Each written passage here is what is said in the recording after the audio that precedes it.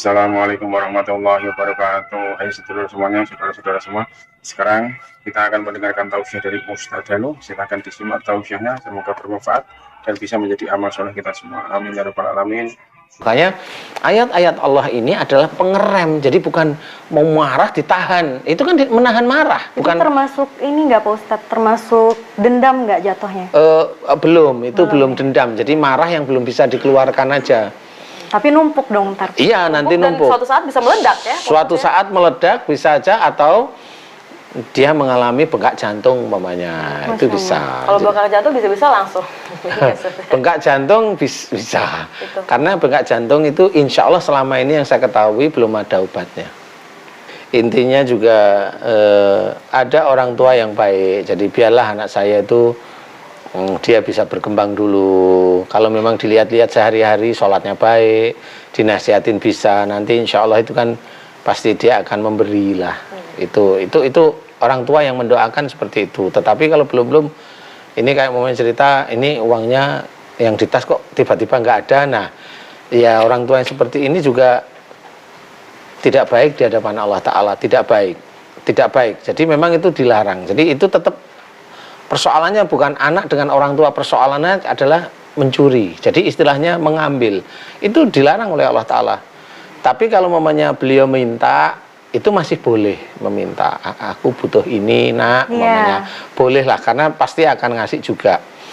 Dan Mbak Fia harus punya pikiran bahwa hasil jerih payah Mbak Fia ini, kalau memang itu dipakai orang tua, di dalam pikiran sama hati itu satu. Biarkan itu menjadi sedekah saya untuk orang tua. Jadi nggak ada marah. Jadi sudah dibentengi dengan ayat-ayat Allah Ta'ala yang lain. Jadi kenapa seperti itu? Ya jelas istilahnya Allah itu menyiapkan langit dan bumi untuk orang-orang bertakwa. Salah satunya apa? Alladzina yunfikuna fis-sarai wad-dara. Jadi orang-orang yang menafkahkan hartanya pada waktu lapang dan pada waktu dia kesempitan. Menafkahkan. Nah, umpamanya cara menafkahkan Mbak Fia itu dengan cara terjepit itu diambil itu kan terjepit ya. Anggap aja itu adalah pada waktu sempit. Jadi pada waktu sempit sebenarnya Mbak Fia juga butuh. Tapi mencoba memberikan sedekah kepada orang tua karena Allah Ta'ala itu menjadi nilai yang sangat tinggi di hadapan Allah. Biarin dulu yang kedua. Yang ketiga, baru yang ketiga nanti ditegur dengan bahasa yang baik. Mah, kalau mama ini diambil semua, ngobrolnya loh ya, nanti Fia untuk ini gimana mah, kan gitu, kan bisa. Jadi mama sih ngambil terus, ya kan nggak seperti itu. Jadi pakai kata-kata yang menurut kita itu sopan dan tidak menyinggung. Dan gitu dapat diterima sama orang tua. Bisa ya? Diterima orang tua mamanya. Mah kasihin dong Fia kan butuh ini mah. Reaksi beliau gimana? Nah, pada waktu Mbak Fia itu ngomong seperti itu, para malaikat itu melihat, Allah itu melihat, ini mau ngomong apa nih sama orang tuanya nih? Itu dilihat, ditunggu. Kalau maunya kata-katanya baik, mah, Fia mau dong uangnya yang habis dapat job itu, Fia mau buat ini, dikasih. Makasih ya mah. Dari situ nanti beliau itu nanti didoain agar beliau mendapatkan hidayah. Jadi nggak terus ngomong yang kasar umpamanya. Mama sih anu ya tetap marah. Kenapa marah? Orang yang berbuat salah ya, itu dikatakan salah pun marah kadang-kadang. Betul. Paham ya? Nggak usah yang seperti orang yang berbuat baik, ini berbuat baik. Dia dikatakan salah aja kadang masih marah ini ya. Padahal salah. Enggak, maksudnya padahal dia baik. Padahal dia baik. Padahal baik, tapi tetap bisa marah. Nah, kalau orang salah apalagi sudah salah dikatakan salah, dia pasti biasanya membela diri. Tetapi tetapi kalau dengan kata-kata yang kayak tadi halus, nyantai itu kan kayaknya enak didengar. Ya, kamu minta berapa bisa aja. Ya, minta semua lama kan bisa aja. Boleh kan gitu. Dan kalau malaikat pun yang catatnya di buku kanan ya. Iya, kalau ngomong seperti itu langsung rakib. Oh, lulus ini. Dari kata-kata lulus nih, dari keinginan gimana? Kamu mau minta berapa, Via? Semuanya, minta semuanya, gitu. Mah. Tapi kan baik. Ya. Kalau mamanya beliau itu bilang, ya jangan semua.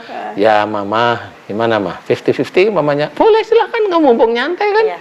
Tapi kalau deal pokoknya gitu ya. Iya, Masya ada deal Allah. lah istilahnya. Baik Ya, Ustaz, jadi, menarik sekali, kita lanjutkan lagi ya di Ya. segmentasi berikutnya. Pemirsa jangan kemana-mana, tetaplah bersama kami dalam program Bengkel. Kita kembali lagi bersama kami dalam program Bengkel Akhlak, tentunya masih bersama dengan guru kita Ustadz Danu dan juga bintang tamu kita via KDI. Dengan bahasan kita yaitu tentang penyakit jantung. Dan tadi di awal segmen tadi Ustadz Danu sudah menjelaskan penyebab daripada penyakit jantung.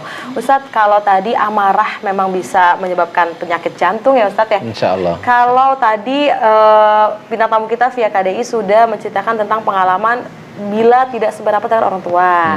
Lalu bagaimana tentang hubungan suami istri yang kadang tentunya ketika tidak ada hal yang sependapat antara suami dan istri cenderung marah-marah meluap-luap, itu bagaimana tuh Ustaz? Ya sama aja sih sebenarnya ya. Jadi nanti itu salah, bisa salah satu, bisa salah dua-duanya salah. Jadi sebenarnya persoalan itu kan tetap ujian yang harus kita hadapi dengan musyawarah. Ya.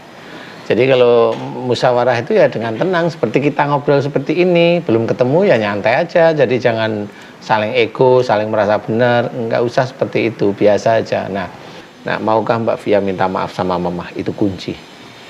Mau nggak kira-kira? Mau banget, Pak. Mau ya? Mau Yakin banget. dari hati mau ya? Yakin banget. Saya sebenarnya juga nggak pernah marah gitu loh Pak Ustadz. Jadi kalau di depan mereka happy-happy aja gitu. Ya, tapi kan di sini maksudnya. Alhamdulillah nggak yang kayak gimana gitu loh Pak Ustadz. Nggak yang semarah ibaratnya kayak gimana-gimana, enggak sih. Terus kalau lihat uangnya diambil Mama gimana itu? Paling mikir gimana caranya saya ibaratnya ngobrol sama mama Nah, tapi udah pernah dengan diobrolin. baik gitu Iya. loh Pak Ustadz. Pernah diobrolin belum sama Mama? Pernah, tapi malah Berantem ya? saya yang dimarahin. Ya sudah nggak apa-apa. Ya sudah nggak apa-apa. Jadi ibaratnya kalau kita memang mau menghormati orang tua, coba Mbak Via bilang sama Mama. Kita nggak melihat Mama yang salah, ya. Iya. Mbak Via, gimana caranya Mbak Via minta maaf sama Mama? Saya tidak melihat Mbak Via salah. Tetapi sebaiknya menurut Allah Ta'ala itu kan kita yang muda sebagai anak itu sebaiknya kita yang meminta maaf lah. Benar. Nah mumpung nih di acara ini mudah-mudahan Mama lihat. Amin. Mbak Via bisa nggak meminta maaf melalui kamera sama Mama? Jadi minta maafin nggak begini nih, Mah maafin Via ya Mah, nggak seperti itu. Tapi bilang, Mah jika selama ini Via sama Mama sering ada permasalahan, jika itu diawali dari Via yang ya punya pikiran yang kurang pas saja di Mama hari ini, karena Allah Ta'ala Via minta maaf, maafin Mama, maafin Via ya Ma, seperti itu. Coba ke kamera, ditata hatinya.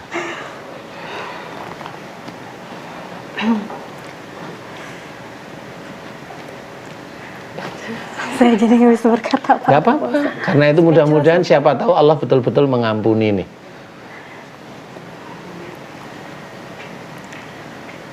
Mama, mungkin apa yang dibahas hari ini bersama Pak Ustadz tuh nggak sebanding apa yang Mama perjuangkan selama ini buat Via. Kadang aku sebagai anak nggak merasa bahwa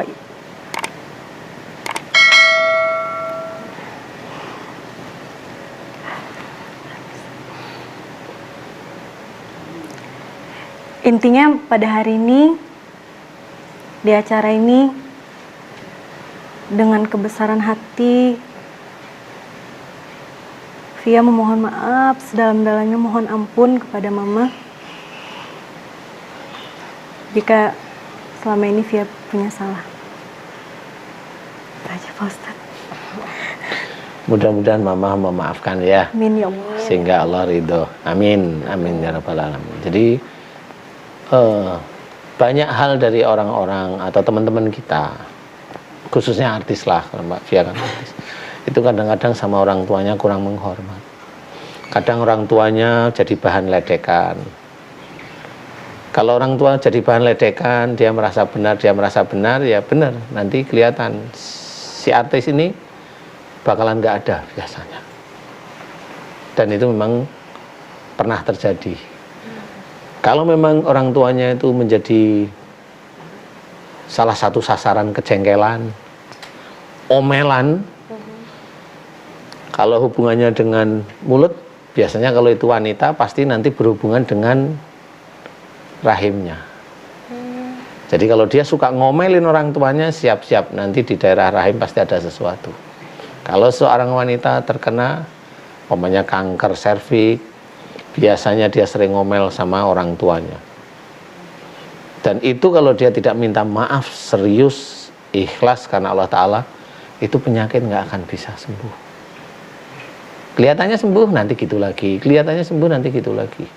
Allah hanya menginginkan permohonan maaf seperti Mbak Via, walaupun kurang lengkap Itu menurut saya. ya, Pak. Itu penawarnya, betul-betul minta maaf. Apalagi minta maaf kalau mau Mbak Via mau nangis, silahkan nangis, nggak apa-apa, itu malah ikhlas kok. Tapi kalau ditutup-tutupi itu kan jadi nggak bisa plong. Jadi itu sebenarnya penawarnya. Jadi siapapun orangnya, kalau dia kena penyakit yang nggak bisa sembuh, ini pasti ada dengan orang tuanya.